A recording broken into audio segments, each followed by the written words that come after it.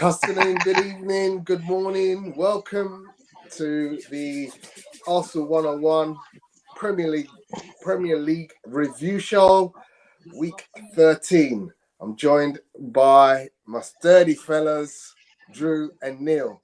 How you doing, Neil? Yeah, we're doing good, man. Doing good. Just looking forward to greeting in what's his name? What's the new Southampton's manager's name? And DIC. I'm not gonna say Dick, I'll say DIC. Yeah. Well, we'll see. We'll see. We'll Drew's see. looking a little bit worried because Liverpool are about to cash in. Well, we'll have to. No. This is my genuine face at all times. I'm more than anything. I'm highly amused. I'll be fair to Neil. Neil is not one of the Liverpool supporters who I've had an issue with over the past decade. Right? Oh, that's good news. That's good news. Yeah, no, there has been a lot of Liverpool supporters though for the past 10 years. Oh, where would City be without all their money? Yeah, it's a very good point. You're about to get yourself some of that oil money by the looks of it. Well, we'll have to see. I'm assuming that all of those fans that have been giving City all this chit chat for the past decade, I'm assuming they're going to run back to their little caves that they've been hiding for 30 years. They're going to get even louder, mate. No, they're gonna get even louder. So if you think it's bad now, you wait until if it does go through, you wait to hear from them. Then they will have so much to say because we'll be able to compete properly. That's why. I'm gonna while we're waiting for Andy to come in, I'm gonna let Neil and Drew tee off on this subject. Then, so here we go. Let's get it on, boys. Let's get it on. So FSG. Yeah, I know. 10 years ago or 12 years ago, bought Liverpool for 300 million. I know. And that was a bargain at that time because Hicks and Gillette had run the club into so much disrepair. Every time they took out a loan, they took it out against the club. Yeah. And it got to a stage so bad because we weren't bringing players in. We weren't bringing credible players anyway. Yeah. And the club was getting further about Vladimir into debt. Smica? Oh yeah. He was a great player. No, he actually was all. No, he actually was all right. I just don't class him as a legend because a lot of those players. Well, yeah, some of the players are legends over the years, and some of them aren't. Smeesa is definitely one who's not a legend. A bit like David Engo. Yeah, players like that. Antli Latalek, Cinnamon Pongo. Yeah. All those players played okay at times. I know. but they're not legends. They're not legends. Yeah. He's got they're not legends. Yeah. So I mean, the club it just got so bad for the club that had they stayed and FSG not come in and rescue them, LFC may not even be here right now. Yeah, because it was just getting worse and worse each every time they took out a loan. I'm going to be honest. That's awfully alarmist. That way of thinking. I mean, all Hicks and Gillette done. They tried to follow the Glazer approach, which I'm not justifying the Glazer approach. I don't think the Glazers went that bad. Yeah, because they're not constantly taking out loans and putting it against the club. They just took out one huge loan at the beginning of the entire process and have continued to refinance it ever since. Yeah, but you got to look at the time they did it. United were supposedly the richest club around at the time. Yeah, when the Glazers took over. Hang on, come on, we're calling Community Shield a trophy now, are we? Hey, look, trophy? Look. Hey, listen, when City win it, it's a friendly. I bet Spurs would love one of them.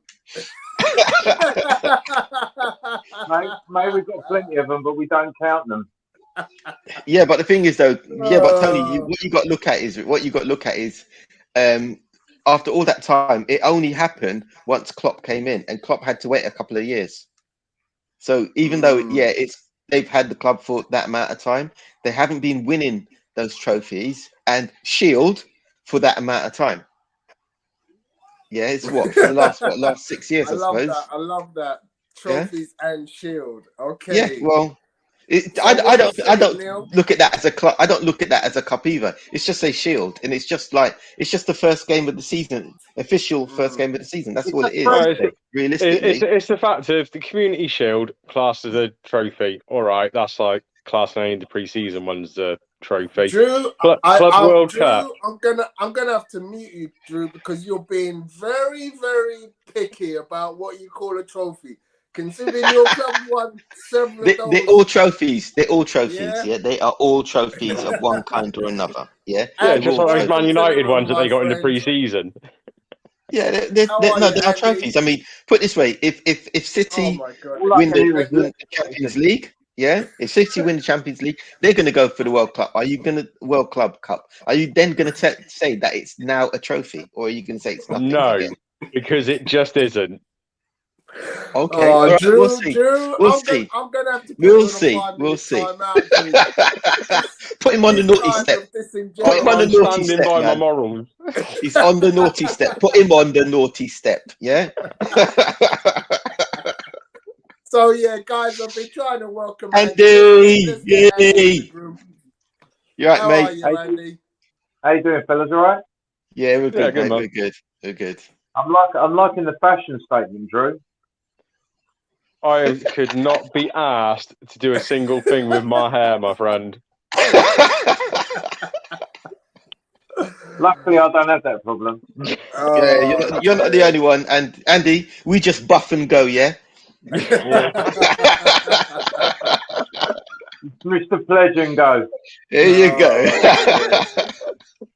So, gents, there's so much to kick off with this week. I mean, you know, we missed out a show last week, but we're only going to talk about the last week's shows. But there has been so much to talk about.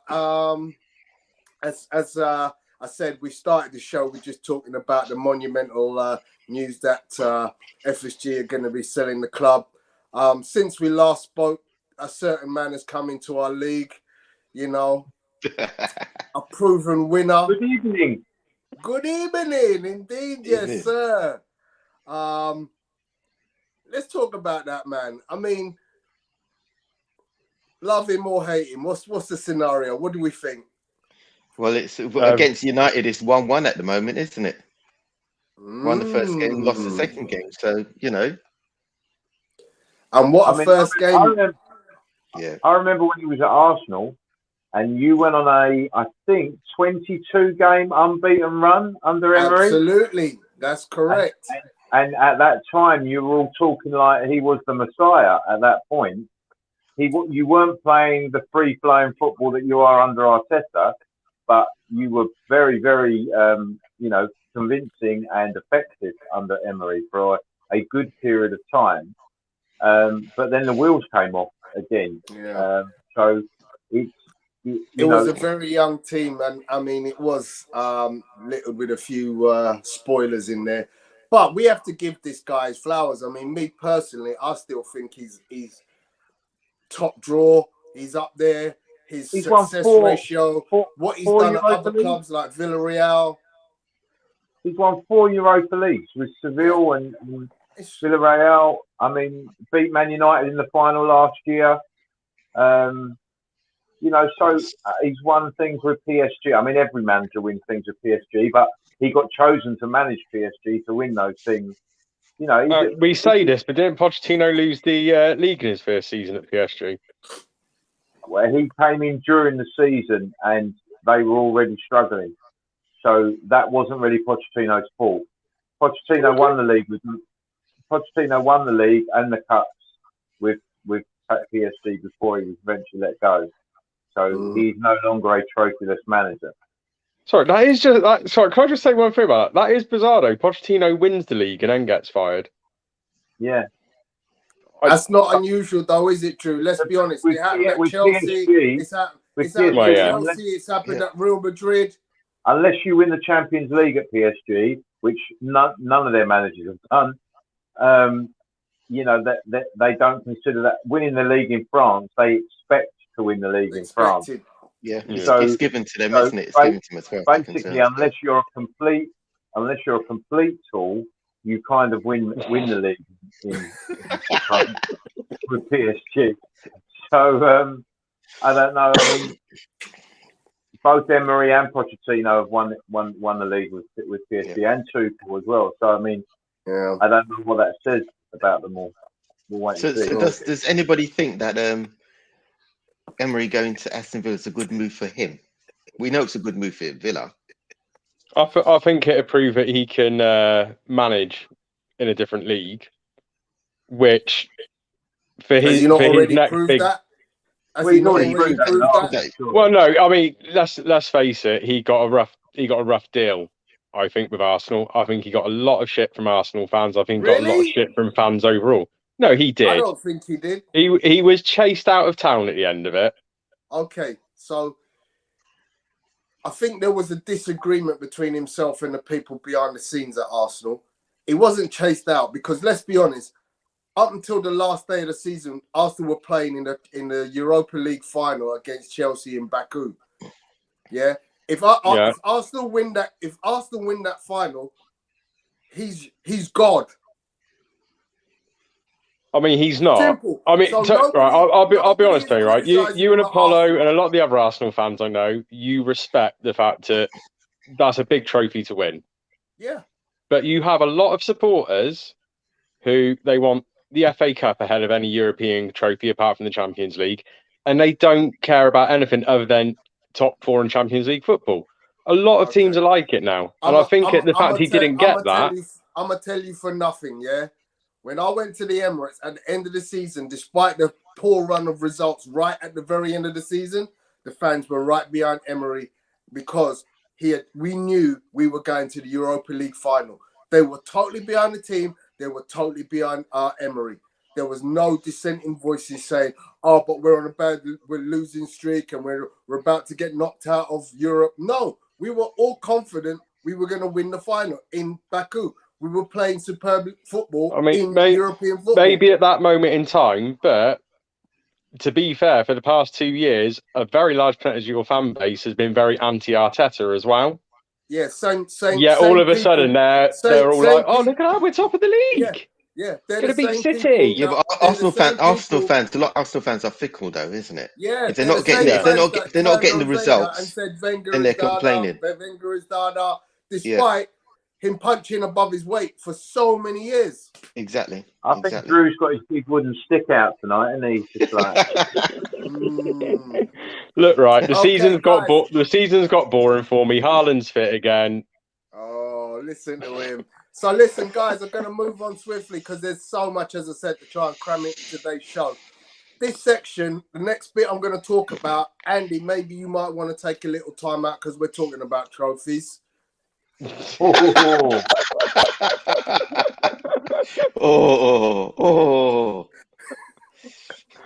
So who am I talking about, boys? Pep. Oh yes, because he's retired, isn't he? He's retired. Oh, yeah. He didn't even get on the field for his final game. No, but the point. Well, he did at the end, didn't he? We saw the end of an era last week, and I mean, look at this guy. He's standing with his trophy collection. I mean, what can I say? It's just a ridiculous collection. Yeah, the only one that's missing is Shakira, his trophy wife. Now, I'm not saying the rumours are true, but rumour has it he has been going out with Gavi's mum. How amazing is that when your teammate's mum is literally a year older than you and it's fair game, right? I've checked out a few photos of Gavi's mum. Turns out, but yeah, she ain't bad. Give the guy Shakira a bit. What a career! What a career! No, he's had a great career. Great career.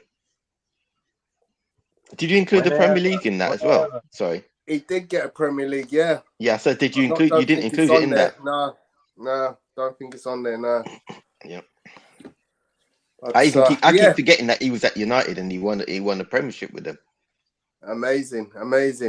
So let's talk about this one very quickly.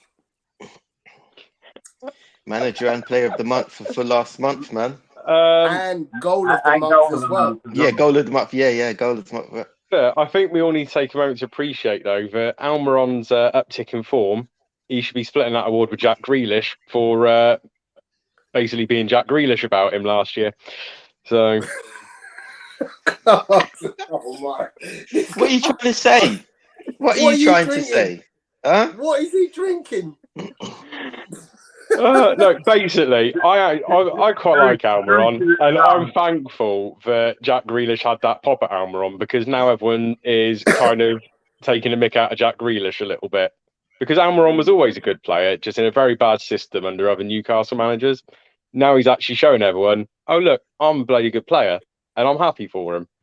Yeah. More happy for Eddie Howe to be getting manager of the month, because that's the next England manager. So. Yeah, I got to agree. I think Eddie Howe getting manager of the month is so well deserved, and it's just again showing that, you know what, if you write off Newcastle as being, not top 4 candidates, then you're dreaming, because they're a serious candidate for top 4. Yeah, definitely contenders for the top 4. Definitely contenders. The good thing is now they've won Premier of the League, manager and player of the month. Chelsea will beat them tomorrow, so that'd be handy. So, to be honest, I don't see Chelsea beating them, but we'll get to that later. That's going to be a tasty game tomorrow. But as you said, yeah, we'll get to that later. Here's a quickie for you boys. What's your thoughts? Do you know what? I'm sad that Ivan Toney didn't make it. It would have been nice to see Ivan Toney make it into that squad, because he's done well. The only thing is, Toney hasn't had an international cap. That's the problem. It's not a surprise he's not been selected, because he hasn't had it. It's not a surprise, but it would be nice to give him a cap. I mean, he does deserve to. He does deserve to play in that team. The squad is exactly as I predicted, apart from one thing, which was I had Tammy Abraham in instead of Gallagher. That was the only change to what I thought it would be.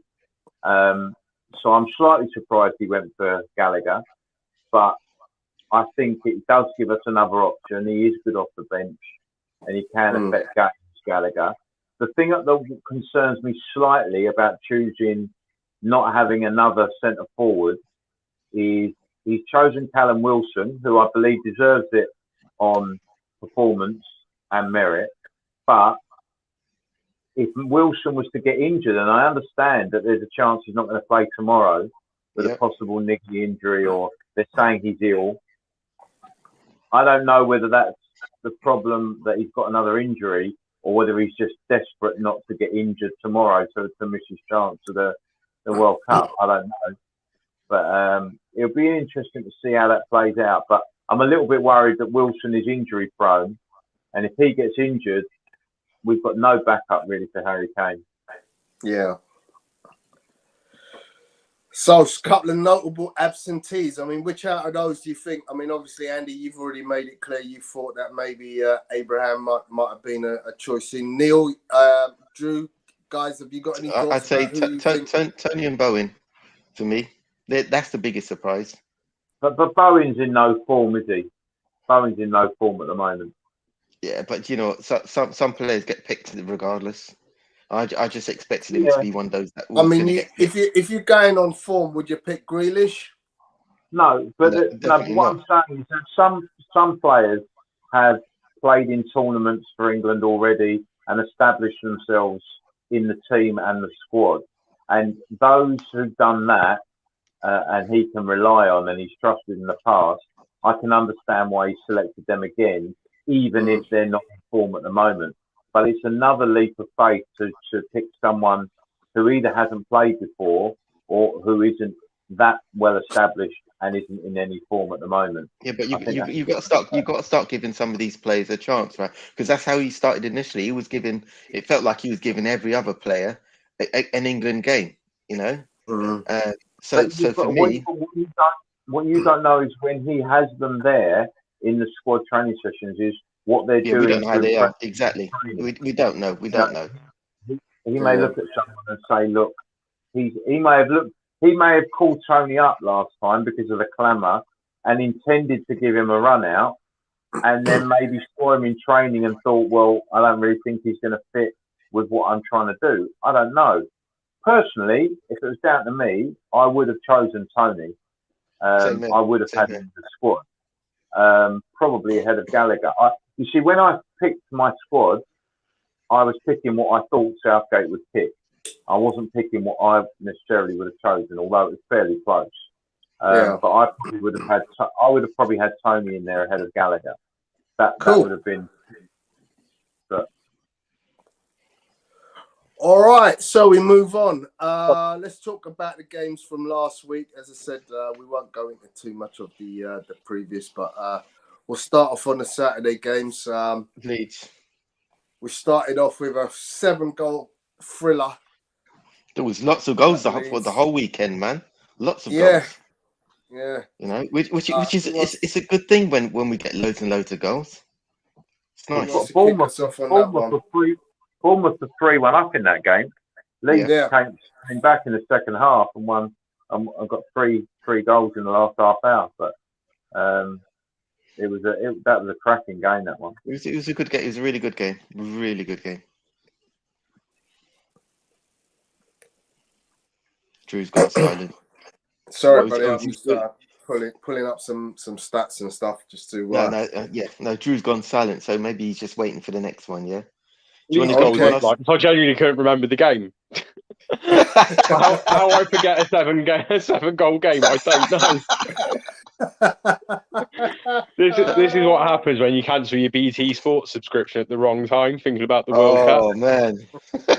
I just thought, save myself a couple of months worth of money, and then realised, shit, I'm missing the City game tomorrow as well on live TV. Yeah. So thank you, beIN Sport. Dear. Sorry, I shouldn't advertise it. I might be finding a dodgy stream for it. Fuck you, BT. Right. No, it was a quality game, though, in terms of everything that you don't want to see your defence do. Both teams managed to achieve that. To be honest, everything you want to see your midfield and your strikers do, both teams got that part spot on. Defending wise, both teams were pretty poor for some of those guys. Oh, it was suicidal from both sides. In particular, Bournemouth actually. But that's what makes it exciting, though. You know, a team that's going to make those mistakes, but then still try and score goals at the other end and score goals at the other end. That's great. Yeah, I mean, I must admit, I feared for Bournemouth from seeing the way they capitulated against Spurs. So it was kind of writing on the wall for them. They've got history. Yep. Two weeks running, Bournemouth were 2 goals up with half hour to go and lost both games. Yeah. Conceding 3 goals in the last half hour.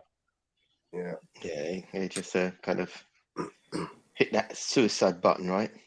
Yeah. So they look like they're going to be scraping the one of the favourites to go down. Stay in the division to me. Yeah. Because then unless they sort themselves out defensively, that's just going to keep happening to them. Then we move on to Man City against Fulham. Fulham. That's so Haaland again. Yeah. I mean, I was buoyant at halftime. I'm thinking to myself, "Come on, Fulham, you've got this game. You know, you're only playing 10 men."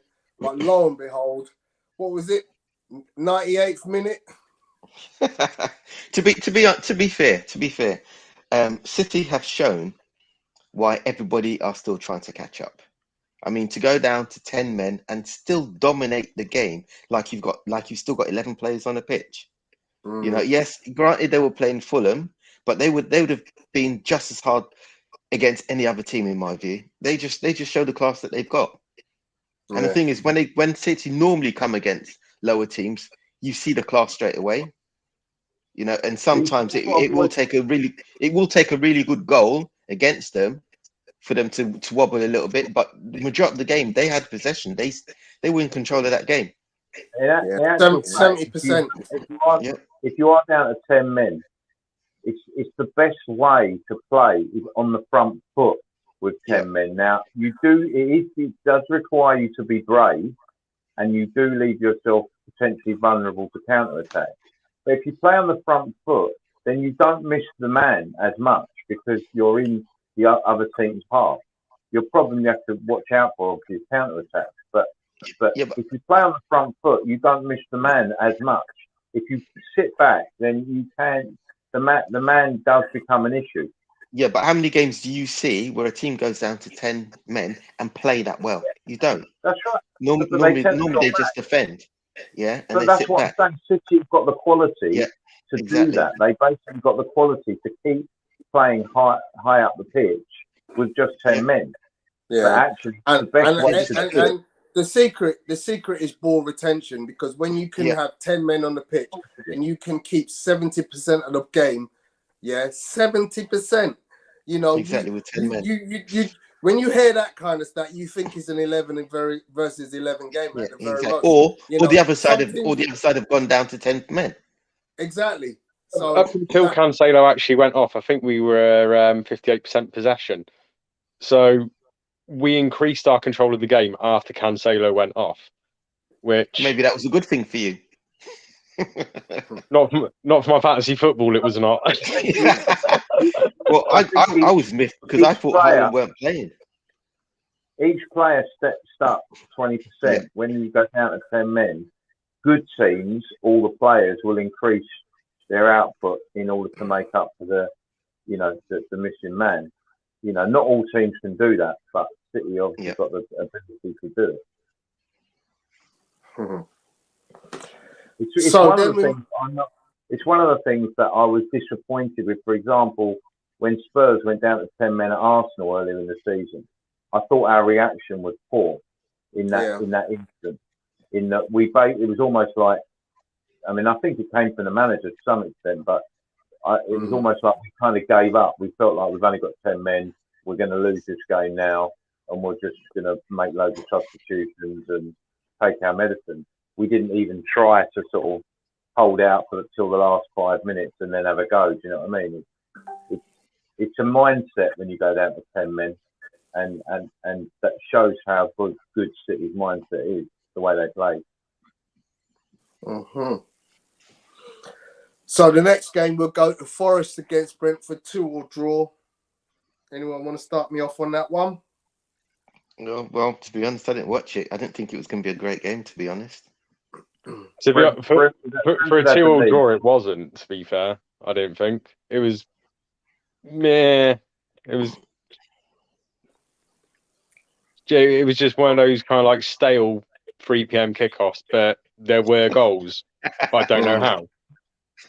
Forest got back into it. They were behind, so they did quite well to nick a point in the end. That's the funny thing with Brentford. Brentford seem to raise their game when they go against the top teams, but when they play against the bottom teams, sometimes it can be a snooze fest. Mm. Yes. It's interesting that what's happened to my guy? Ivan Toney's at the time is obviously not playing, and then he gets missed out on the England team. So just bad timing for him. I mean, if he'd have smashed a hat trick in against Forest, Yeah, maybe we might have been looking at a different story, but obviously not. I suspect Southgate had already made his mind up by then. Yeah. Yeah, I know. It just would have been food for thought, you know. And you think like, you know, if you're going to grab some goals anywhere, it's going to be against Forest, isn't it? But it wasn't to be. So alas, it's not. It's a moot point. Wolves against Brighton. This is. I mean, Wolves. I just don't understand. I mean, literally. I mean, I know they're missing Jimenez and Neto, but it's just. An ever-failing story that I really can't understand. Although, you know, Brighton, I guess, you know, you have to look at the way they're playing at the moment and consider them to be. Yeah. Ever since what's his name left, they've actually got better, in my view. Yeah. Well, I mean, their standing is not doing anything to change the way that they operate in terms of the way they play and the mentality of the players. And so he's getting a tune out of all of them. The problem with Wolves is they base their success and performance in recent years on having a watertight defence.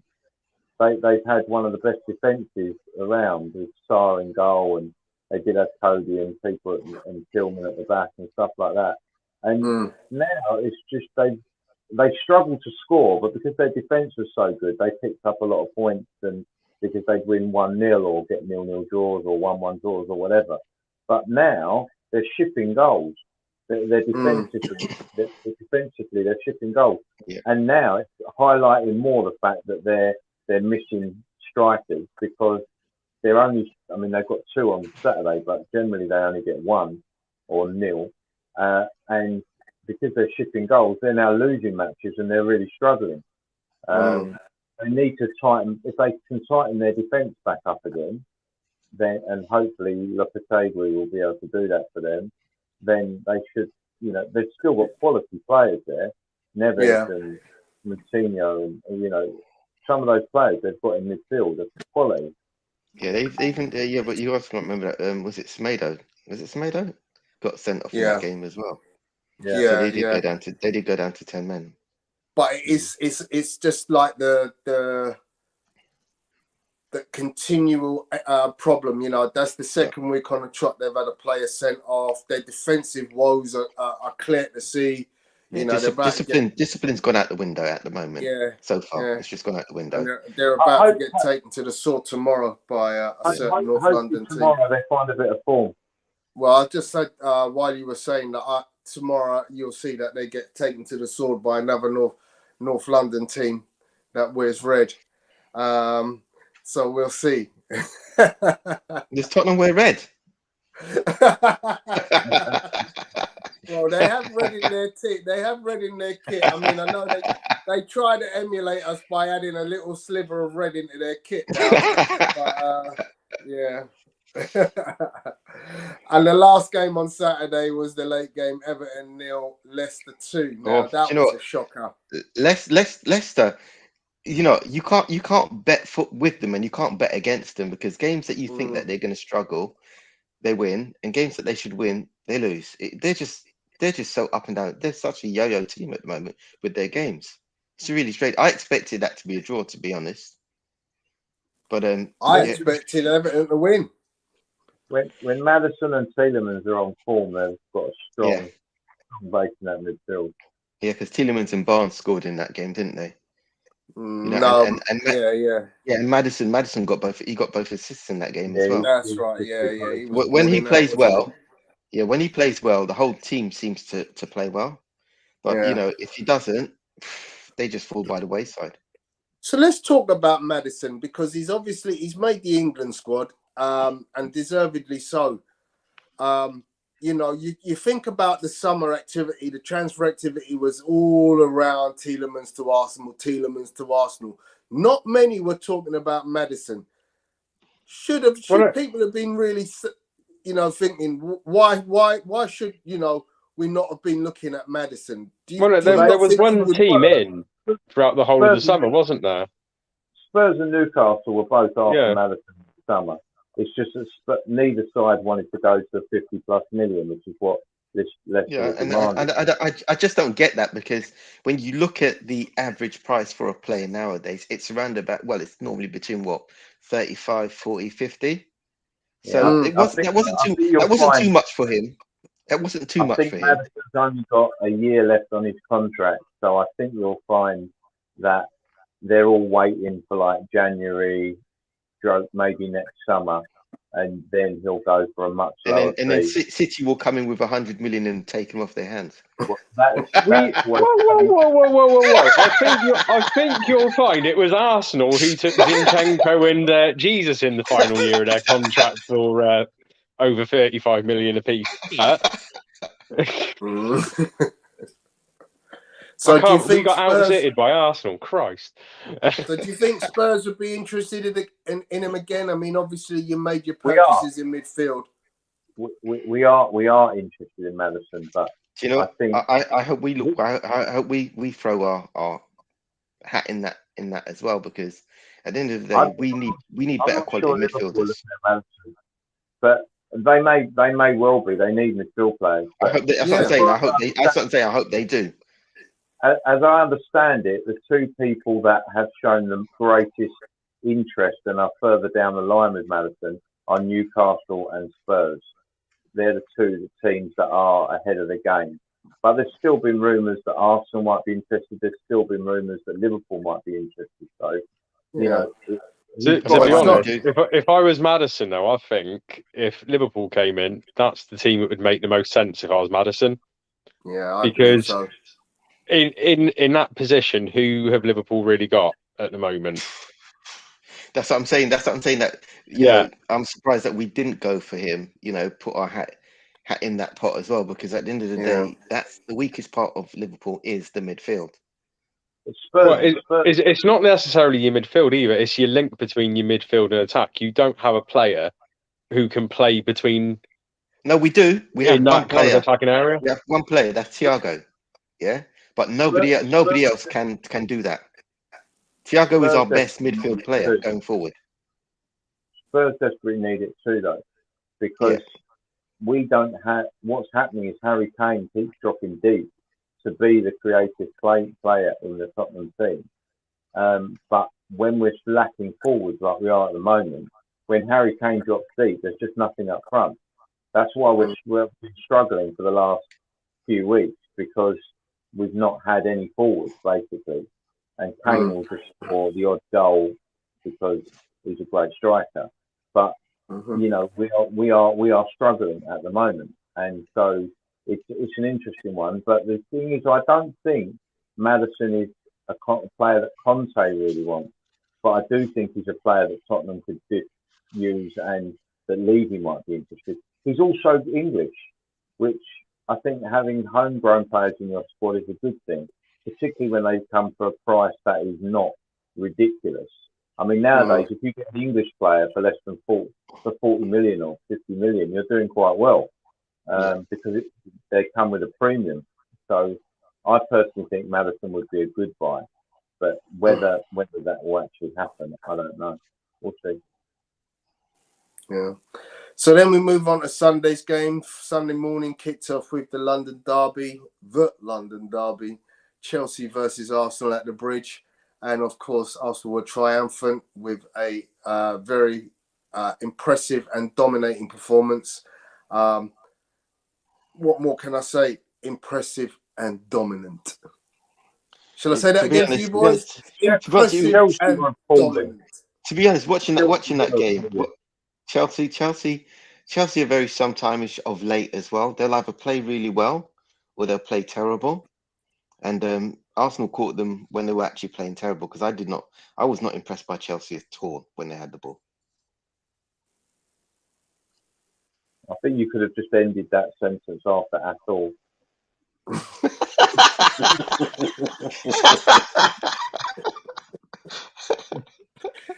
I wasn't impressed. I wasn't impressed by Chelsea. Okay.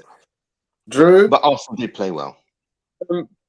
I mean, I'll give credit to Arsenal for winning. Chelsea are a good team. They are one of last year's top four. Are Chelsea playing like a top four team? Absolutely not. I mean, if you've got an aspiration of being in the top four this year, I think beating Chelsea's a good, tick. Only, I've not seen enough from Chelsea to say that they're progressing anywhere. I mean, Potter's got them organised, and that's one good thing. They seem to have a lot more organisational kind of wherewithal at the moment, but they're not performing. And Tuchel was organised. I don't even mean on the pitch now with organisation. The players, there seems to actually be a little bit of community spirit amongst the players, which, to be honest, that's not been the case for a long time at Chelsea. The players the tail has wagged the dog. It's why their managers don't stick. Yeah, there's something with Chelsea right now that when you watch them play, even though there are times they look really good, there always looks like there's something missing, and you just can't put your finger on it. They've got the talent, they've got the players. Absolutely.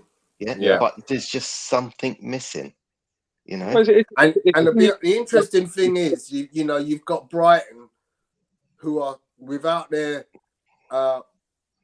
Mercurial manager still Playing better. outperforming Chelsea. Exactly.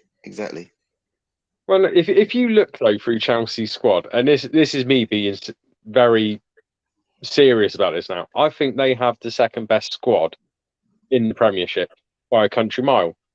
Obviously, I think City have got the best squad, but I would say man for man, Chelsea have got a better squad than Liverpool. They've got a better squad than Arsenal. They've got a better squad than Spurs. I would agree. I don't know why they cannot get it all together. I mean, the players seem closer than what they were 6 months ago, but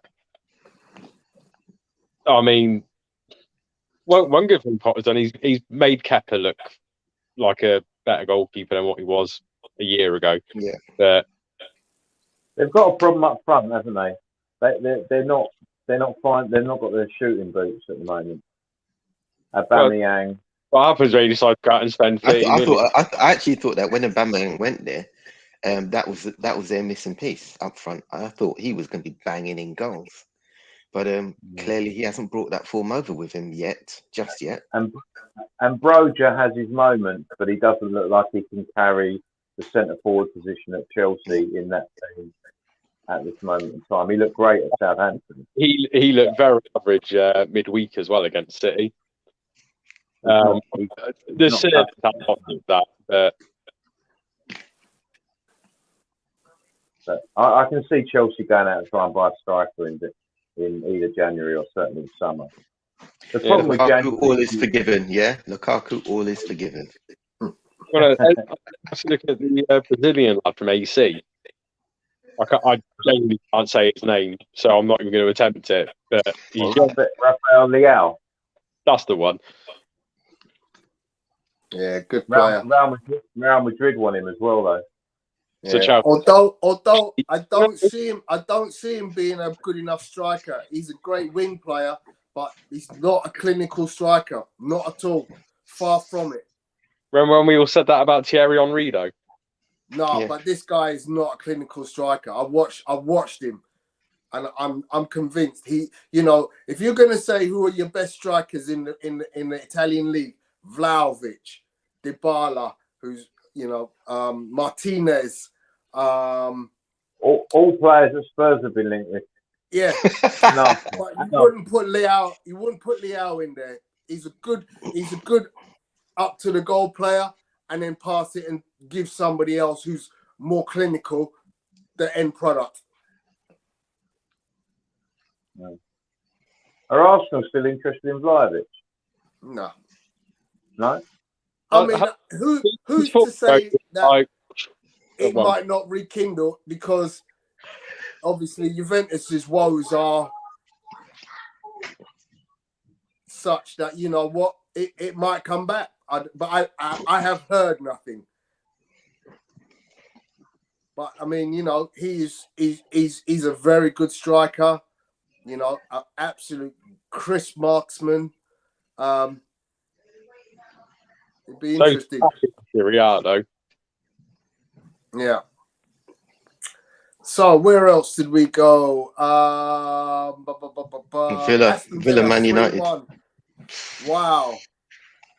Good. But you see, you know, that's the new, but that's the new manager effect. Yeah, normally, when a new manager comes in, the team plays out of their socks for 90 minutes. Yeah, and they outclass United. They were 2 up in 10 minutes, weren't they? Yeah, exactly. It's like, what? You know, but Leon Bailey, man. I mean, the other thing we could say is what's happening to Potter at Chelsea, not what's happening to Ten Hag at Man United. No, I think Ten Hag's obviously been a bit more successful, in my view, at United since he's been there. Yeah, every now and then they will play a bad game, but they're actually still doing all right. They're still looking like top four contenders as well. Do you think so? I don't think they look like top 4 contenders. I think they are. It's strange because they've beaten Arsenal, Spurs, and Liverpool at Old Trafford so far. Yet they haven't looked that great against anyone else. No. I mean, if I'm being honest with you, the Arsenal game, they weren't the better team that day. Do you know? Sometimes it's not about being better teams; it's about getting the 3 points, right? That's how you win it. You win it on points. Absolutely, Yeah. Neil. Absolutely, Neil. You're absolutely right. I just don't feel when I look at the league and I think about, okay, who are my top 4 teams? I'm going Arsenal, Man City, Newcastle, and one other. The one other to me isn't Man United. I just say they're contenders. I'm not saying that they're going to be the top 4, but I at the moment I think they're one of the contenders. Definitely one of the contenders at the moment. I think Newcastle might push for third this season, the way it's going, but I think United are the nearest competitor to them for that breaking into the top 4 this year. So the only caveat might be how Spurs perform over the second half of the season, but as I'm sure Andy would point out, they've got a hell of a lot of quality to come back and get fit. So I think it's great for Spurs that suddenly, all of a sudden, people are writing us off, because as far as I'm concerned, we've got four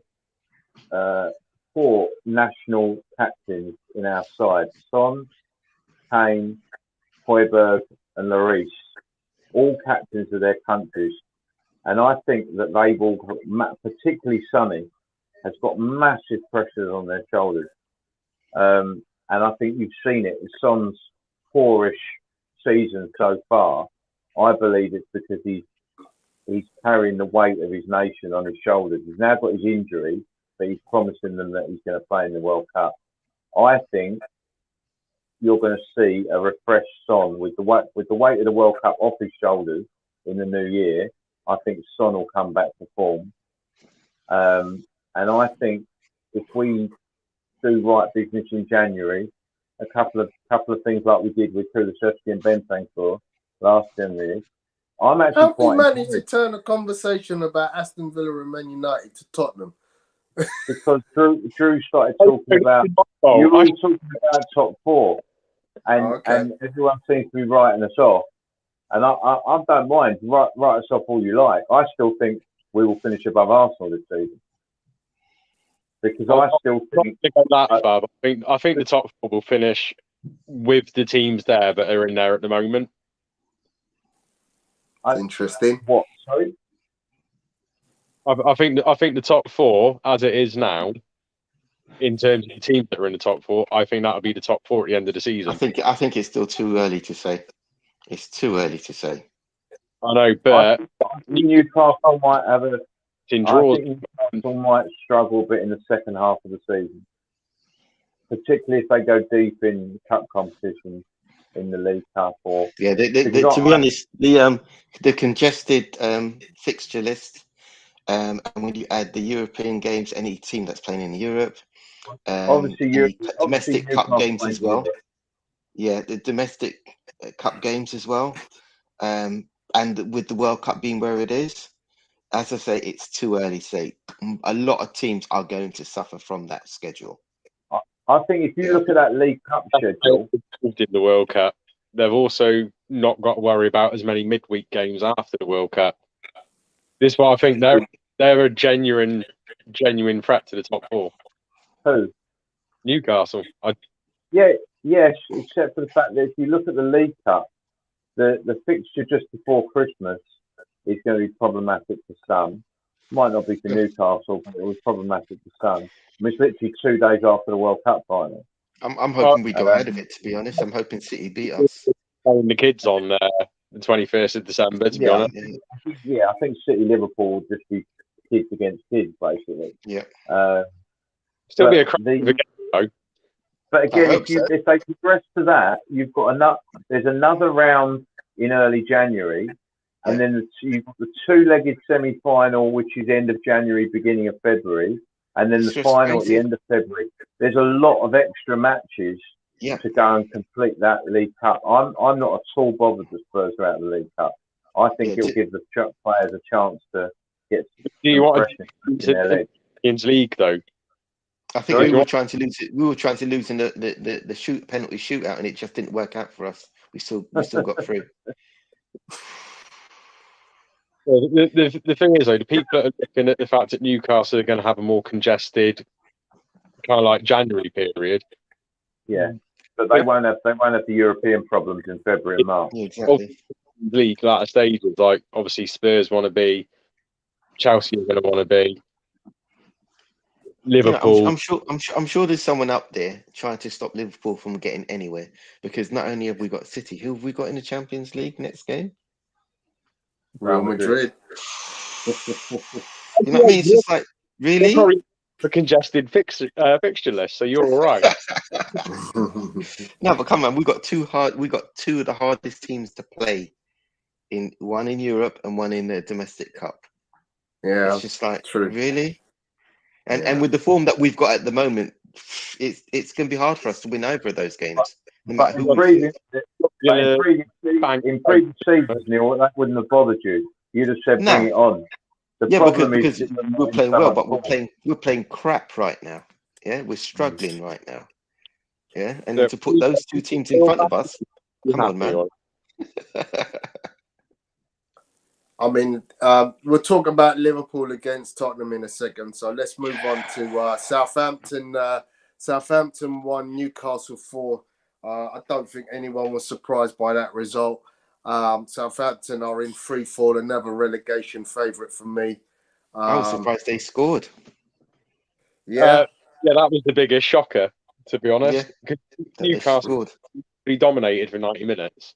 Yeah, that's obviously done for Hasenhüttl. They've brought in Nathan Jones. What's his name? Perraud actually showed the strikers how to score. Yeah, Perraud, who doesn't score goals. Exactly, he showed the strikers how to score a goal. Same old story. Chances come and go. You don't take them. You pay them. Who was that, Cox? Was that the Southampton game? that was Ralph Hasenhüttl. Last speech before he to go. Let's talk about ex Spurs player Kieran Trippier, because he's just looking a beast out there right now for Newcastle. Yeah, he's had a second chance in the Premiership, and he's taken the bull by the horns, and he's showing his class now. Well, since he's got to Newcastle, he's been showing class, to be honest. Yeah, I mean, I wasn't sure about the purchase. I knew it was impressing in Spain, but I didn't think, that would be as effective as he is when he comes back into Premier League. But he is absolutely flying. When he came to Newcastle, I just thought that was a waste of money, to be honest. I thought, why have they bought him? Yeah. He's not going to do well. And he's made me eat my words. It appears that 2 years under Simeone, he's become much more defensively astute than what he was. So he's really learned how to defend. Yeah. Well, I suppose if you don't learn how to defend under Simeone, he will headbutt you. So it works, all right. He's good at set pieces as well now. I think that's why I'm kind of impressed as well with Trippier. Then we move on to West Ham losing at Crystal Palace. No, that was a surprise. From Sunday Elise. In a game that I thought was just going to ebb out to a draw. Wasn't an exciting game for me, but a beautiful winner from Elise at the end of the game. They just didn't give up, did they? They just did not give up. I mean, to be honest, West Ham had their chances as well, but that was Palace's first away win of the season, wasn't it? Yeah. They're not the only team who got their first away win of the season that weekend. No, that leads us in last weekend, isn't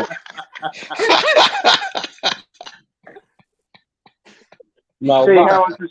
You see, I just fed them to you. I fed it to you, didn't I? Yeah. Thank you, Andy. Thank you.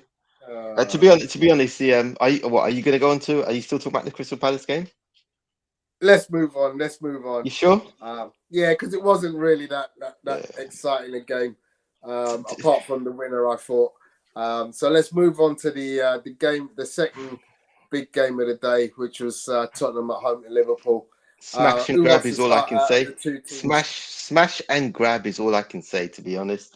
But to be honest, I know what Andy's going to say about the officiating, and he's correct. The officiating was poor in that game, but it shows the difference in how the refs think about what is a foul and what isn't a foul. Because in my view, to be honest, Alexander-Arnold should have been penalised for that in the area. It's a penalty all day long. In my view, but the thing is that that's what you got to look at though, because my view, if somebody pushes a player, no matter what, it's a foul. And there are so many times you see a player push another player, and it's part of this thing about let's just keep the game flowing, just keep the game flowing. And I think that's where I'm thinking it's now starting to kill the game, because you've seen so many players get away with so much crap right now. Yeah. You know, the refs don't want to stop the game and, and say, okay, let's stop it now and then start with a free kick. They don't want to do that. They're trying to keep the game flowing. And yes, from the neutral point of view, yeah, it's great. But from a supporter's point of view, no, it's not. If you've given away a foul, and especially if it's your player that's been fouled, give us a free kick and vice versa, right? I mean, being a neutral fan in the middle and watching these two play and watching officiating, I've got to be honest with you, it's deeply frustrating. It makes me want to swear. Yeah. When you talk about officiating, because it is an effing disgrace sometimes. It is. It's terrible. But then but then that's the drawback of what's happened with VAR, right? Because when VAR first sort of came in, it was working. Yeah. But then you had everybody moaning about, oh, it's taking too long, or it's this and it's that, when it's actually pointing out the actual problems in the game. So then they've tried to counteract that by making the game more free flowing, less refers to the VR or VAR speaking to the ref and his team. And it's now going the other way, in my view. You're seeing too many people getting away with stuff that they shouldn't be getting away with stuff, and then you get people say, well, why doesn't VAR come into this? Come on, make up your mind. Let's not move away from the fact that this is a game that is officiated around the world without VAR. Yeah? Yeah. It's all very well saying, VAR this and that, VAR this and that. Fundamentally, yeah, when you play football on a Sunday afternoon on a common park down in Enfield or Peckham or Harlesden or wherever, you're going to get a referee and two guys are going to stand on either side and do your officiating for linesmen. Yeah? You don't have no VAR. And what you're expecting the referee to do is to see the obvious. That's all you want him to do. See the blinking obvious. Andy and I played football together. We know if you're playing on a Sunday, we don't expect the referee to get every decision right, but see the blinking obvious.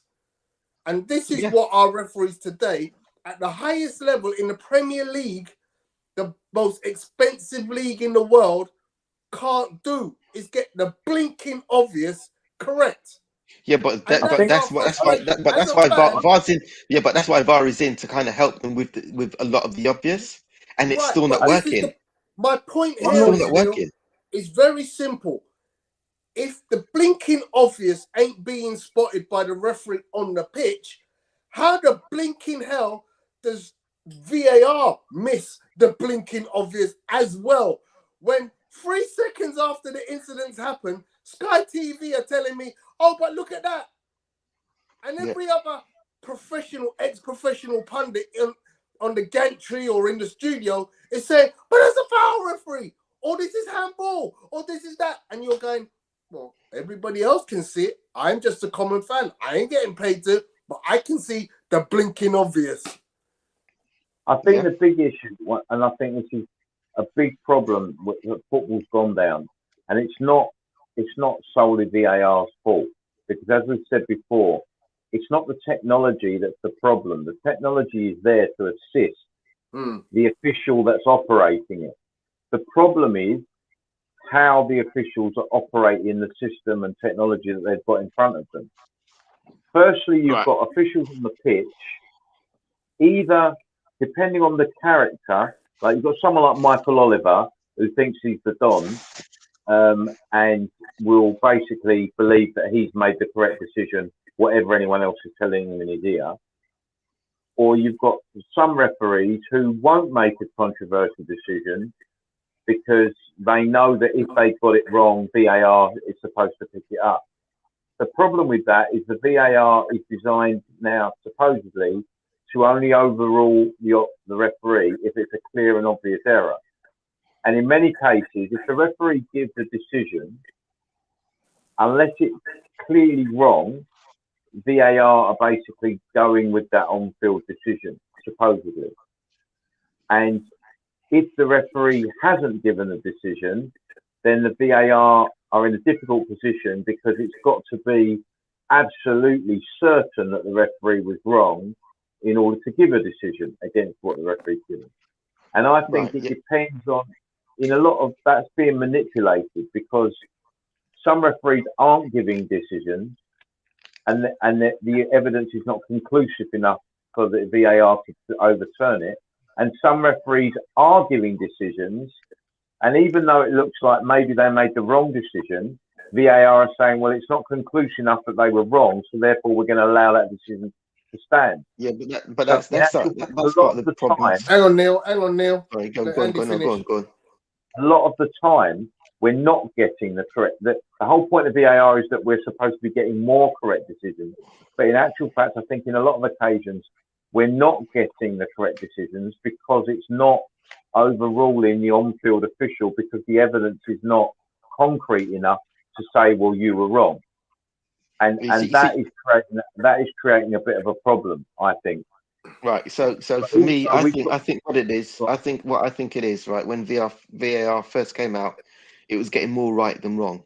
Okay. But you had too many people complaining about VAR. And for my view, it was because people weren't getting away with what they used to get away with, because the refs would miss a lot and the game would go. Yeah. After a while, all that started to stop. Now, what they've tried to do, they tried to counteract that by changing some of the rules of VAR, which we all know, right? And now we're getting the results of that. Yeah, and that's what just bugs me. It's just like, if you make a rule, stick to it. Don't wait for another season and then change it again to please some people.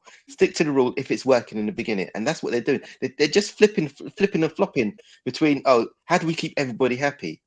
And sometimes they miss the obvious. So VAR they're not realistically. If this was a couple when VAR first came in, that foul would have been a penalty. It would have been a penalty, and they would have told the referee, and they would have gone with it. Yeah. All right. Let's say Drew's 50 pence worth. Go on, Drew. So, right, we've already said it, but VAR is not the problem.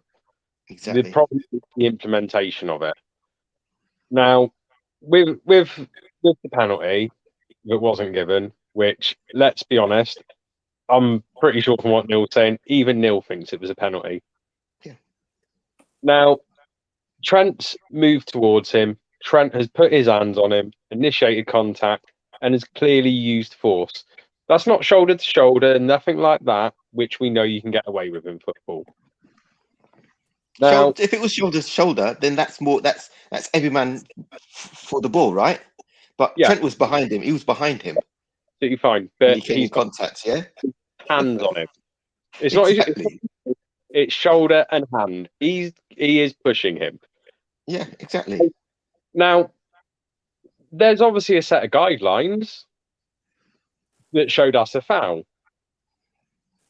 So why would we've seen other decisions like that given through VAR this season? Yeah. Right. So we've also decisions not given. Which is why I'm saying if you go when VAR first came in, those decisions will be given, but too many people are complaining about those decisions, so they've decided to change the way it's looked at now. Yeah, and now this is the result of that. If there's a way of doing it, but obviously, if a Premier League referee makes a clear and obvious mistake that results in the changing of a result in of a football match, that referee then ends up in the Championship for a month. Is there any way we can do something with the VAR guys so they're not going to be getting their pay? Yeah, it wouldn't change. To be honest, the way things are going, that wouldn't change. Even if they did, you'd still get new guys coming in, and they'll be doing the same crap. you know what I mean? For me, The it's other like, thing- okay, reevaluate the laws, the officials, the laws Run. around VAR, and stick to those points. Stick to them. Don't keep changing them. If referees are the ones running the One VAR, at a time, guys. One at a time.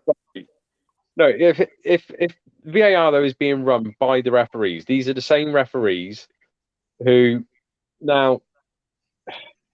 How do I say this without being down on every referee? Because there are some very good referees in the game in the Premiership. There are some very, very good referees.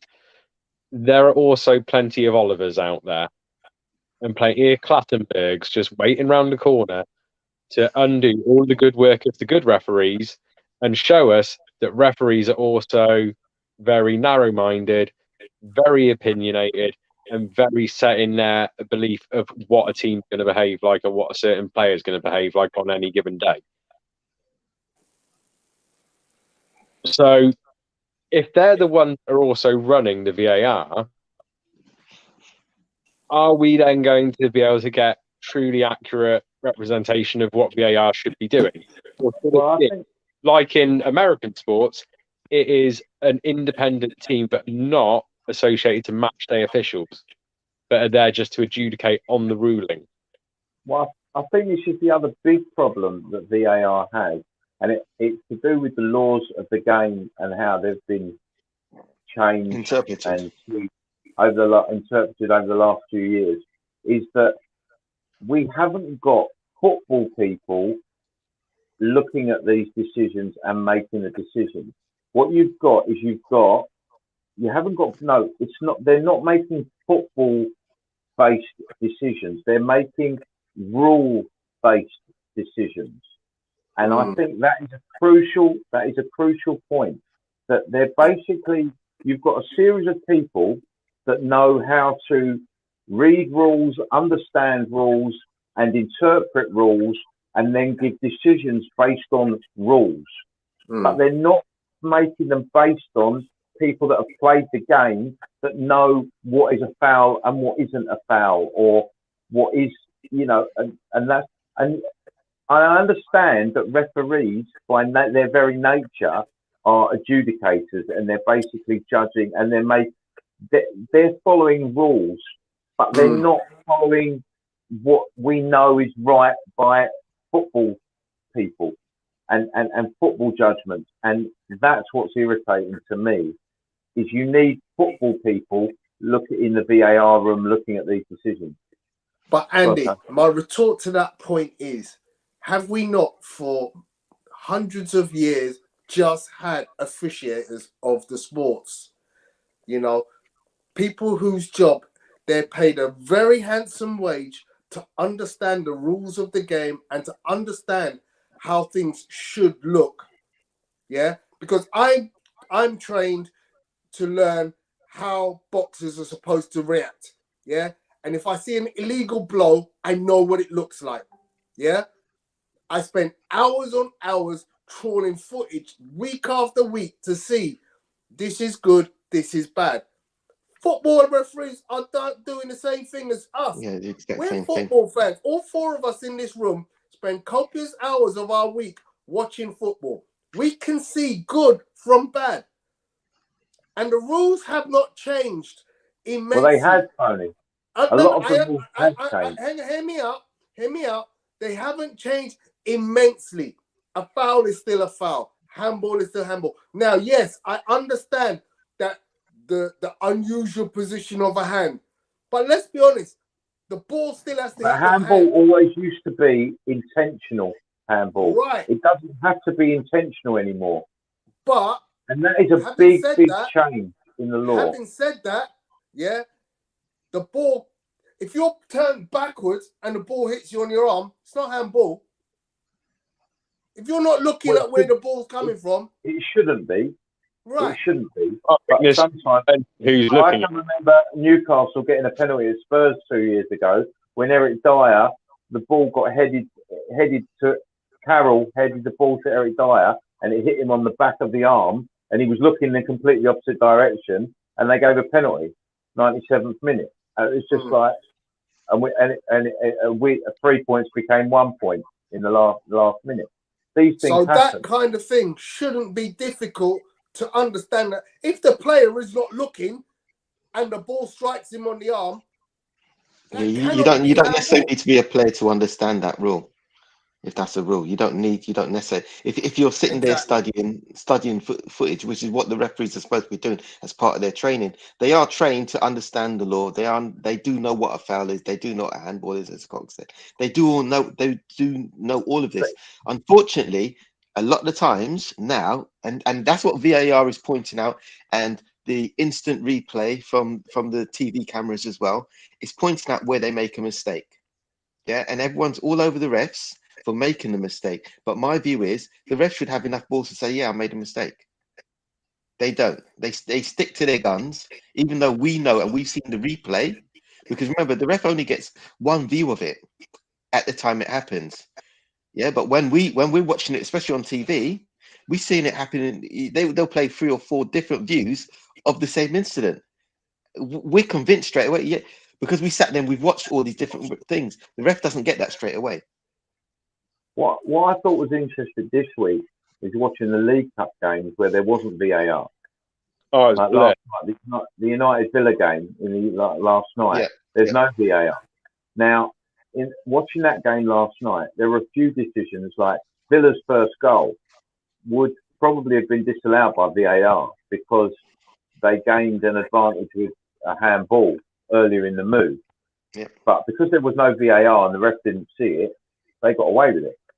Later in the game, 2 minutes from time, Harry Maguire had already received a yellow card in the game. So he's a yellow card away from the thing. And Watkins goes past him and he pulls his shirt back. Now that's a yellow card in anyone's book, right? And Harry Maguire should have received the second yellow card last night and been sent off. But I suspect that given that Man United were coached, by that stage, were 3-4-2 up and looked like they were going to win, I suspect the referee thought, Maguire's just been announced in the England squad. Do I really want to give him a red card? I'm just saying that the point is, I suspect that went through the referee's mind at that moment in time. And he decided, I'm not going to make a big thing and send Harry Maguire off today. But another referee... Make me send him off, but... I mean, I get that. But I'm just saying, another referee may have thought, well, actually, no, he deserves a yellow card, I'm going to send him off. Or VAR might have said, well, actually, that should have been a yellow card. But VAR doesn't get involved in those incidents. Yeah. VAR wouldn't that's have part of the problem, Andy. a yellow card, only for a red card. So it's a bit of a kind of...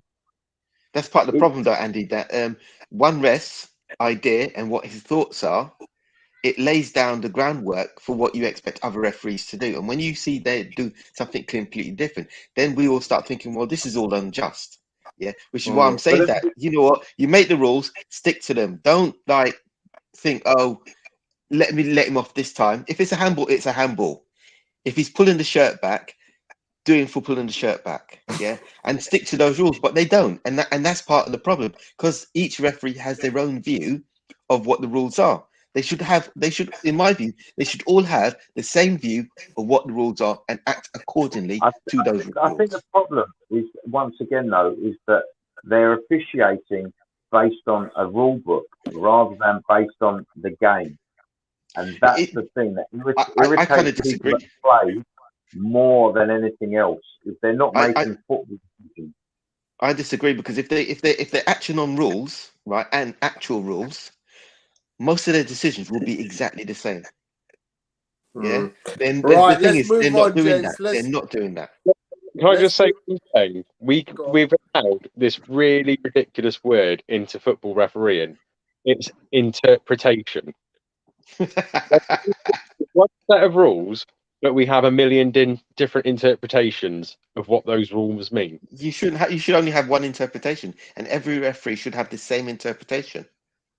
Yeah, that makes the game fairer, right? Because if somebody comes in hard on a tackle and it's a foul, then every time somebody comes in like that, it's going to be a foul, right? Yeah. Well, in the old days, we used to talk about referees' discretion. if all referees allow the exact same style of refereeing, if every game was refereed the exact same way, City probably wouldn't have two of the premierships that they've won. But Yeah. would football have been better for it? Yes. It'd been because it would have been fair, right? It would have been more fair. I'd rather win knowing that everything's been fair than win knowing that there's been some pretty shit officiating over the course of the year, if I'm honest. Yeah. Right, let's move on, gents. Let's talk about the table. Well, we'll not talk about it. We'll just have a quick browse over it. Obviously, we've talked about Tony just Newcastle went to now put out there. being top 14. Man United being on the cusp. Brighton outdoing Chelsea. Liverpool suddenly bucking up their ideas and wanting to maybe make a charge for top 4. We'll find out. We'll find out tomorrow. Fulham are in an interesting position because you would have thought like they quietly just crept up to that 19 points and you know, and it's not a great amount of points, but when you consider that they're on the same points as Liverpool, you kind of think, oh, well, hang on a second, they ain't far off. Palace are on 19 as well, and they've got a game in hand. Yeah, very interesting. So I repeat my point about the job that Vieira is doing, despite the fact he doesn't have the same level of squad as some of the top sides. Yeah, it's interesting. Then bottom, I've mentioned it. I think Forest and Southampton, to me, they just look doomed. Somehow I feel that Wolves will get out of this. I mean, it's early doors still. We're not quite at the halfway point in this very unusual season. Yeah, But I from think what I've seen, Bournemouth. I think Bournemouth will swap with Wolves. So Bournemouth going in, Wolves coming out. Yeah. Everton, despite the fact that they actually had the best defensive record up until 2 weeks ago, as Apollo would keep saying, they're still wallowing. You know, they're 2 points off the drop zone. The thing is, they just don't win. It's draw or lose. It's a recipe for relegation, quite frankly. What Everton do. I still think you know what? I've got faith in Lampard. I think Lampard will do all right there. If they give him time and back him, I think he's he'll do all right. overrated, Andy. I really think he's overrated. I think don't Lampard's get got a why bit people about think. I mean,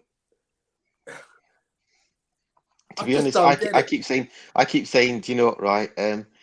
When he was at Derby, he was obviously making a bit of a reputation for himself. He was doing okay.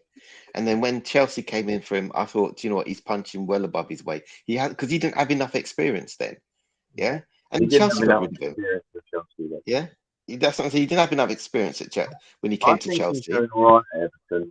You've got to remember they're missing their main man, Calvert-Lewin. He comes back for 2 games and he gets injured again. He's injured again. It's not if you're basing Everton's season on Calvert-Lewin, they're getting relegated, bro. Yeah, no, I get that. This is one. He ain't a top. What's he gonna score? 12 goals all season if he's lucky. Calvert-Lewin has the potential to score a lot more goals when he's playing. He's a good point. He's a good target man. He's not the one though, is he? Let's be honest. No, he's not the one. But if you want to progress up and stay in this league. Yeah, but you got to remember that Calvert-Lewin isn't. A fit Calvert-Lewin can help Everton stay, but he's not fit at the moment, and that's the big problem. Calvert-Lewin is still early in his career. He's still in his career, and he's still honing his skills. I think he will get better over time. I'm not saying he's the one that's going to keep Everton up, but what I'm saying is that he's young. He's not the finished article yet. He's not the finished article yet. I don't think he's a finished article. I think his own finished article. 25, 26 is an old man. Look. Everyone's young compared to me, man. Everyone's young compared to me. Yeah. I mean, this whole he's young is rubbish. Yeah, because let's be honest, when Rooney was scoring goals for Everton, he was 18 years old. Yeah, yeah. 17 and a, and a, 16 and a when he had a scored against barely Arsenal. had a hair on his chest. Yeah? 16 when he scored against Arsenal. Right. So let's top this. 26 is old man. 25, 26 is old It's man. peak- Arsenal it's peak years. have 6 or 7 players who are under 22. That's young. 26 is not young anymore, bro. Especially in the Premier League. He's had more than enough opportunities. Has he ever had a season where he scored 15 goals? No, not No. yet. Thank you. I still think he'll Not in improve. the league. Not in the I think he'll league. improve. He's done it in cup I- games, but not in the league. Yeah, I think he will improve. Yeah, whether he does that at Everton, or I don't know, because I don't Would you think have Everton him at is. Liverpool, Neil? Would you have him at Liverpool? No, because You were going to get Arsenal last season. I'm glad we didn't. I've never rated him. I think No, he's do you overhyped. know? I think that at the right club, Calvert-Lewin or Callum Wilson? Quick question. Wilson. Anyone? I'll take Callum Wilson, but Wilson. Wilson gets injured Thank a lot you. as well, doesn't he? Wilson the thing ain't is- great. No, but what I'm he's saying real- is that he's way better than Calvert-Lewin. To be yeah, honest, he's better than. Ollie Watkins over both of them, but that's just Thank you. There's another one. Ollie Watkins. Yeah, but the thing is, though, we know that What? Everton and Calvert-Lewin right now isn't a great recipe. It doesn't mean that Calvert-Lewin couldn't go somewhere else and actually do better. Because some What makes clubs, you think he could do better anywhere, mate? Because there's no I track think he could. history I think he could. to say. I mean, look at Tammy Abraham. Tammy Abraham is ripping up trees at Roma. Not this Yeah, but it's a season. different not- league, not mate. It's a last different league, season. man. Yeah. It's a different league, man. Yeah. It's But not I don't as it think is over here. Calvert-Lewin goes anywhere and rips up trees. I'm sorry. I just don't rate him. I the think hype he'll do better. If he goes somewhere else, I think people he'll need do to better. jump off the hype train with him. For me, it's not a hype Richarlison is a train. more, For he's me, a it's not a better hype train. I player, just think he'll footballer do better. than he'll I ever think- be. No, I think he'll do better if he goes to another club. I don't see him doing great at Nope. Everton anyway. Don't see it, bro. Don't see it, buddy. Don't see it. I don't know what any club will see in him and go, oh, he's going to be formidable. I'll be honest with you. I'd rather have following Balogun.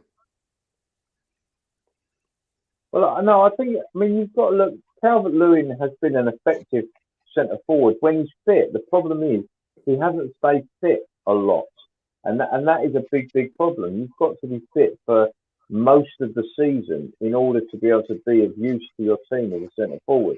If you're only playing 20 games, 15, 20 games, the team can't get used to you in that position. They can't play off you.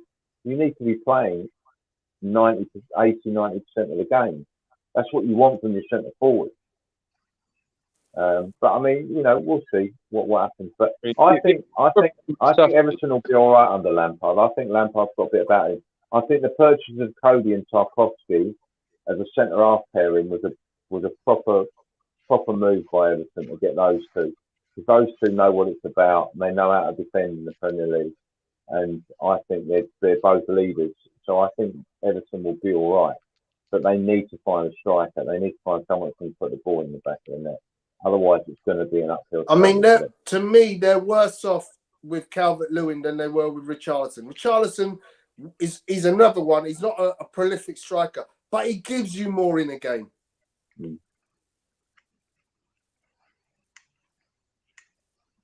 Yeah, that was it. That for me, that was their mistake, is actually letting Richarlison go without bringing in someone decent to replace him. I thought Drew was going to say something there, and then he didn't. No, I think we all know my opinion on Richarlison. I think he is a terrible footballer.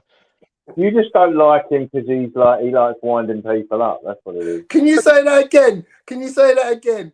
He is awful, but would I have him in my team? Yes, I would. There you go. He's a disruptive player. That's why he's a disruptive player. Whoever he plays for, the fans will love him. Spurs fans already love him. Yeah, because he's. Unless you're playing the quality of football of a City or a Barcelona at their peak, or a PSG. In fact, PSG have one. Every team that isn't the best footballing team needs a dickhead. And that is what Richarlison is. He is a Brazilian Craig Bellamy. And I have the utmost respect for it. Did you say Roy Keane? Sorry. Sorry. I didn't say that.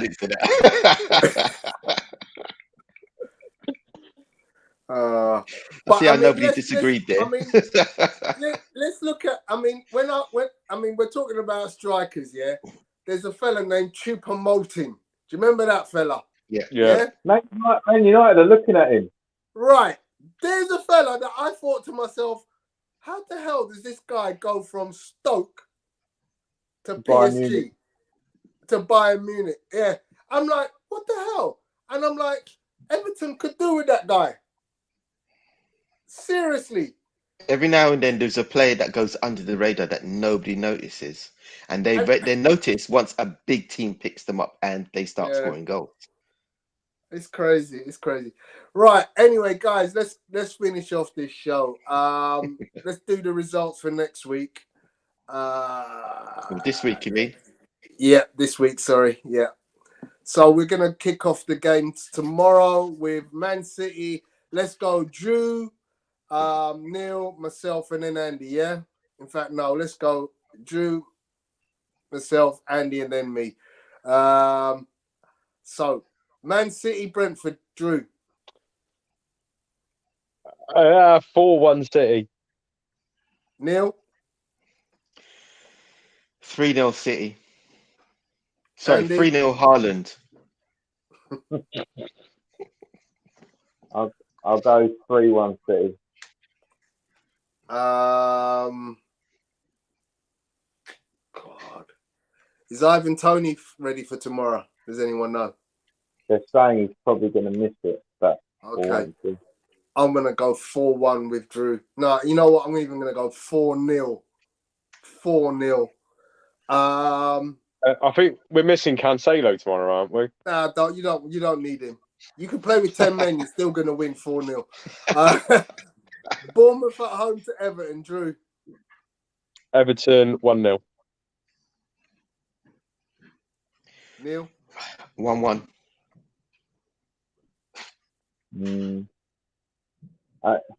I could see it being 1-1 too, but I'm going to go 2-1 to Everton. Oh. I'll go 2-1 to Everton as well. Liverpool at home to... Everton are going to score more than one goal in a game. Well, yeah. That was what I was worried about making the prediction, that just Bournemouth are so poor at the back. Yeah. Liverpool at home to Southampton, Drew. I want to say 2-0 Liverpool. No, not you. We got sorry. Drew first. Drew, sorry, go on, Drew.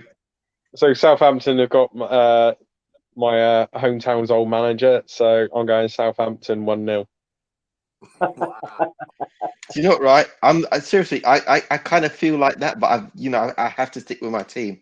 I'm going to say 2-1 Liverpool. I'll go 2-0 Liverpool.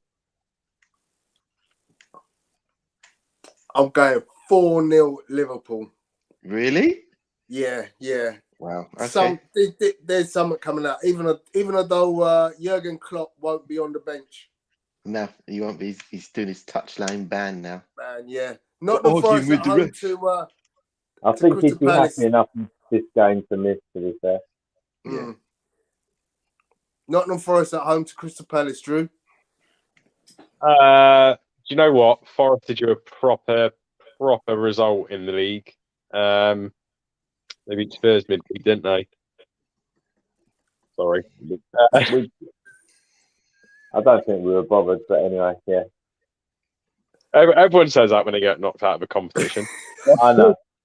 But to be fair, I did say that the day before as well. But yeah.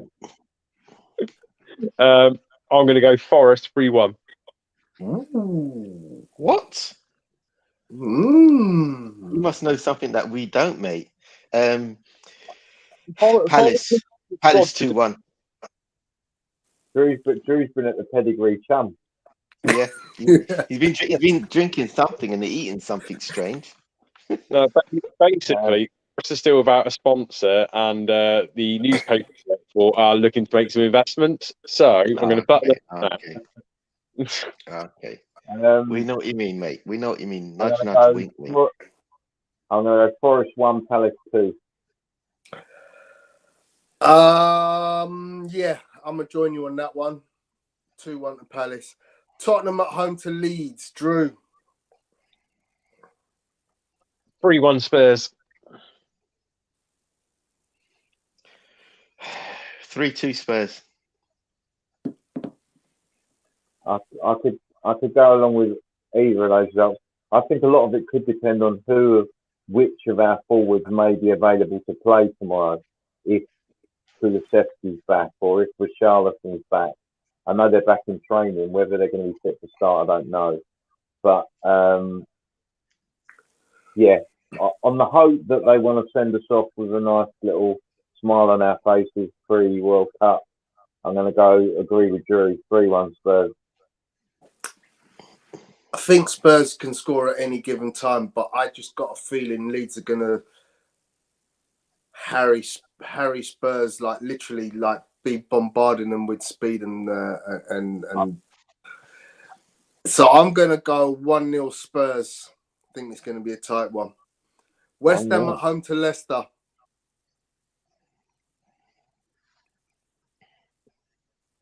1-0 Leicester. You have to go with you there. 1-0 Leicester.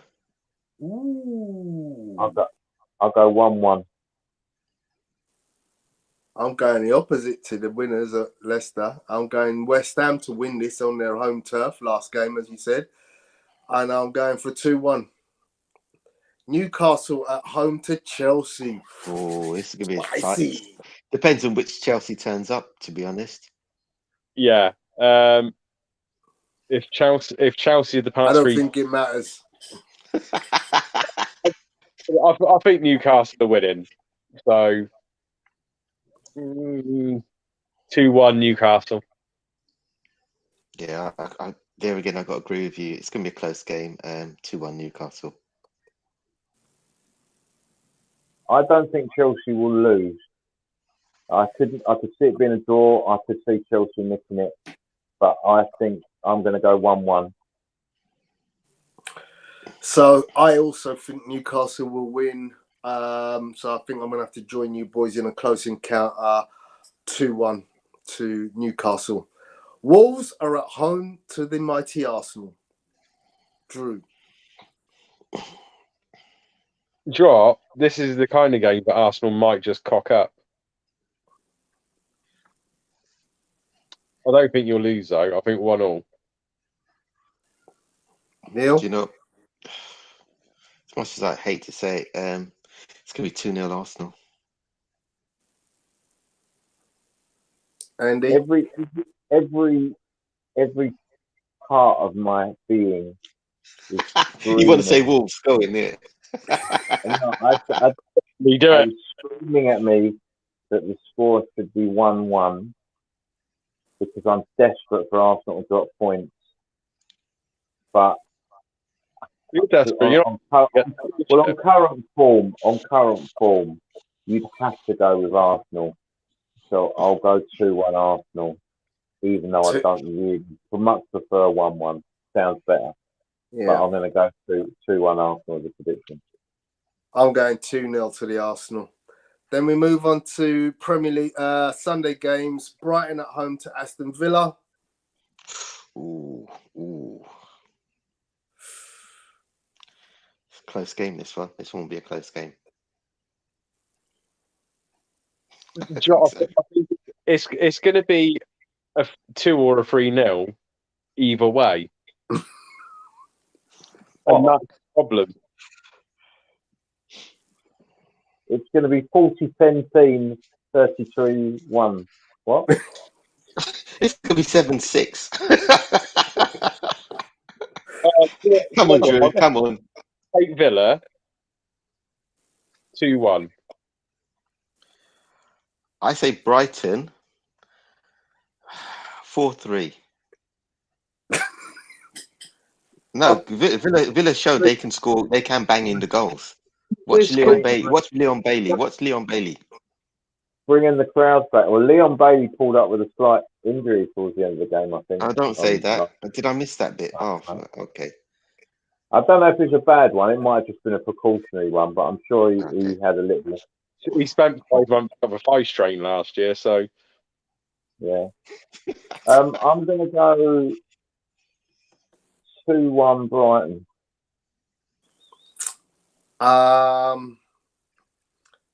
I think this renewed optimism in Villa is going to get shot down. I think Brighton are going to comfortably win this one 3-1. Fulham at home to Man United. How long have we been doing these podcasts for? So I think we know, but I'm not going to predict a United win. I'm staggered. Do you know what? 2-1 Fulham.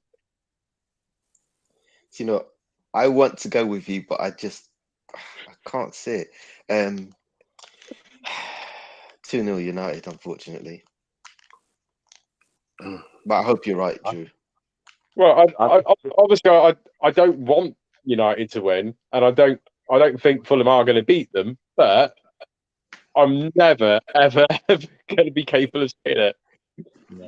I'm going to go 2-2. I think it could be an entertaining game.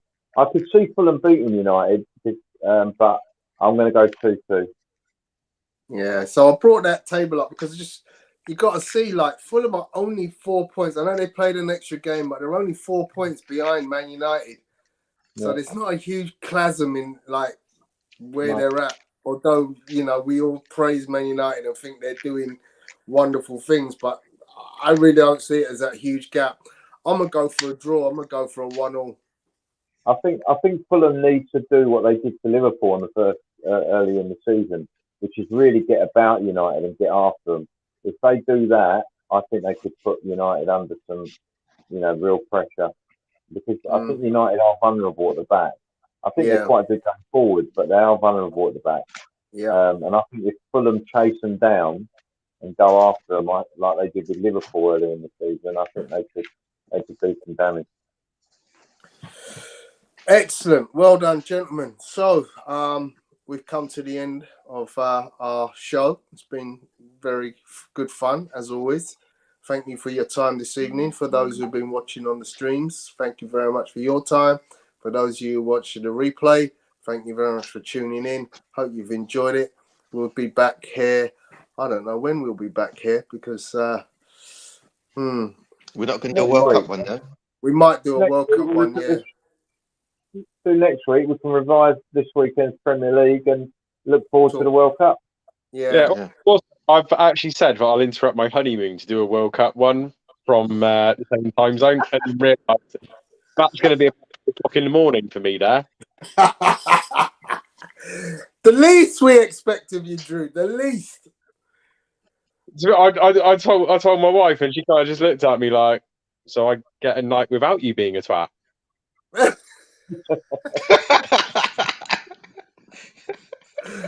Oh, bless As long as you don't wear that hat on holiday. Oh. Well, I checked the weather this morning for the Maldives. It was 35 degrees on the island we're going to. So excellent. Yeah, nice. I'm actually going to catch fire like a vampire out there.